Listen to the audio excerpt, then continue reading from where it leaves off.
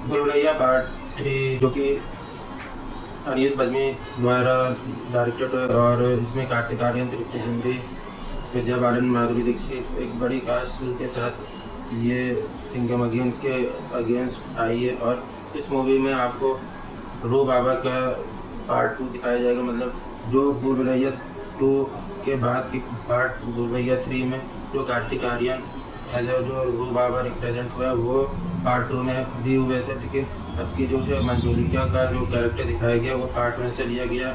और इसके कुछ गाने जैसे कि हाँ मुझे तुम्हार वाला जो गाना था वो भी लिया गया है पार्ट 3 में। तो स्टार्टिंग में रू बाबा वही एक्टिविटी करते जो पार्ट 2 में किया था, जैसे कि लोगों को बेवकूफ़ बनाना, भूतों को भगाने के नाम पे ये लोगों को ठगते थे और बेवकूफ़ बनाते थे। और जब ये तृप्ति डिमरी से मिले और इनके साथ राजमहल में जाने का मतलब इरादा किया, तो जब वो गए और उनको पता चला कि मतलब वहाँ का जो माहौल था वो गरीबी, वो लोग गरीबी में पहले रह रहे, जैसे कि मंजूलिका ने राजमहल में कब्जा कर लिया और जो मतलब जो फैमिली मेम्बर है वो सब तबेले में शिफ्ट हो गए। तो शुरुआत में इंटरवल से पहले आपको गरीबी दिखाई जाएगी 10-15 मिनट और कहानी 10-15 मिनट के बाद ही शुरू होती है। तो अगर आपकी पिक्चर छूट भी जाए तो कोई दिक्कत नहीं है, तो आप इंटरवल के बाद आपको एंजॉय करने का मौका मिल जाएगा।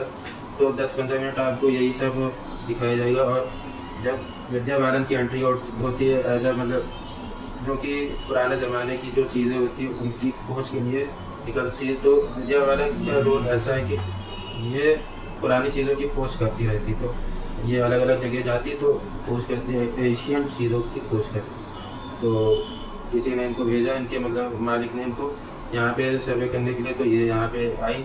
तो अब लोग इनको मंजूलिका समझने लगे क्या, तो ये ट्विस्ट एंड टर्न आते रहे, इंटरवल तक के स्टार्ट हो गया था। और फिर माधुरी दीक्षित की जो एंट्री हुई तो वो एज अ यंगर सिस्टर के तौर पे आई, और जो इनका आने का मकसद था वो एक अलग स्टोरी, वो आपको बाद में पता चलेगा। लेकिन अभी जो कि लोग इनको भी एक राजमहल को खरीदने वाला मतलब खरीदने के लिए ये आगे आई और ये खरीद ही रही थी, लेकिन फिर एक दूसरे आगे जो कि उनको भी इंटरेस्ट था राजमहल खरीदने को, तो वो राजमहल खरीदना चाह रहे थे। लेकिन बाद में मंजूलिका ने इसको मार दिया, जो कि जो दूसरा कैरेक्टर था जो खरीदना चाह रहा था राजमहल को, तो माधुरी दीक्षित को नहीं मिला, तो बाद में मंजूलिका ने उसको मार दिया।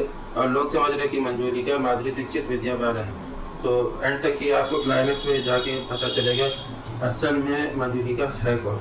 तो अभी अगर मैं स्पॉइलर कर दूंगा तो फिल्म देखने का क्या मकसद, लेकिन इसकी जो ग्राफिक है अच्छी है और स्टोरी मतलब अच्छी है, और मतलब जो जहाँ मतलब ले जाना चाहता था डायरेक्टर वहाँ ले गया है।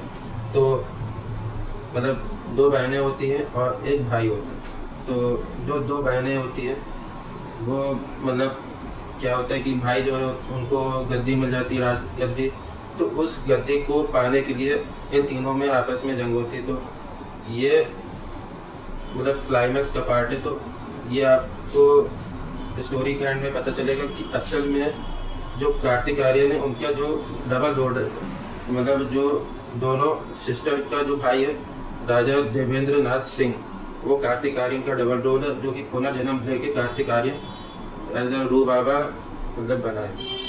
तो ये सब क्लाइमेक्स में आपको दिखाया जाएगा। और इसमें जो राजपाल यादव, संजय मिश्रा और जो पंडिताइन है, तो इन तीनों का जो कॉमेडी मिक्स किया गया है तो अच्छा है। और इसमें एक एंट्री होती है जवान से, तो जवान जो है मतलब उस 1-2 मिनट के लिए लगा कि शाहरुख खान है, लेकिन वो असल में क्या है वो आपको देखने पे पता चलेगा। लेकिन मैं हिंट दे देता हूँ, जिसकी चोटी निकली है तो वो असल में कौन है, तो वो आपको अब हिंट आपको मिल गया तो आप समझ जाओ कि जो जिसकी चोटी निकली वो जवान कौन होगा। तो ये सब कॉमेडी चलती रही, तो आखिरी में क्या हुआ कि मतलब असल चेहरा जो मंजूलिका का है वो सामने आया सभी लोगों के, और फिर सबको मतलब एक जगह जमा करके मंजूलिका ने अपना चेहरा दिखा दिया। तो अभी कौन है अभी, अब जो है मैं थोड़ा बहुत स्पॉइलर दे देता हूँ। तो जो मंजूलिका है वो दरअसल राजकुमार देवेंद्र नाथ सिंह है, जो कि कार्तिक आर्यन का पुनर्जन्म हुआ था। तो इनकी बहनों ने इनको मार दिया था, मार के उनको फंसवा दिया था। मतलब ये नृत्य करते थे, डांस वांस करते थे, तो इनके अंदर एक समझ जाओ कि वो था नाचने गाने का हुनर था।